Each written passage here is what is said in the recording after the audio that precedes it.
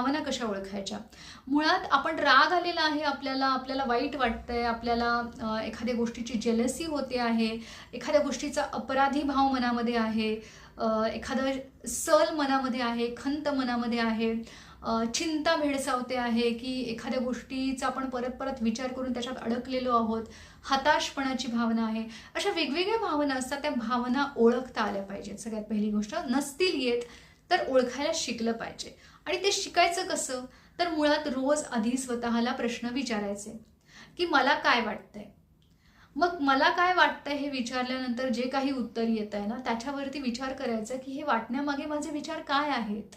मी काय विचार केला म्हणून मला वाईट वाटतंय? मी काय विचार केला म्हणून मला राग येतोय? मी काय विचार केला म्हणून मला खूप हताश वाटतंय, दुःखी वाटतंय? तर असे वेगवेगळे विचार तुमच्या समोर येतील आणि मग लक्षात येईल, की काही विचारांमध्ये तुम्ही अडकत चाललायत का? काही विचार पुन्हा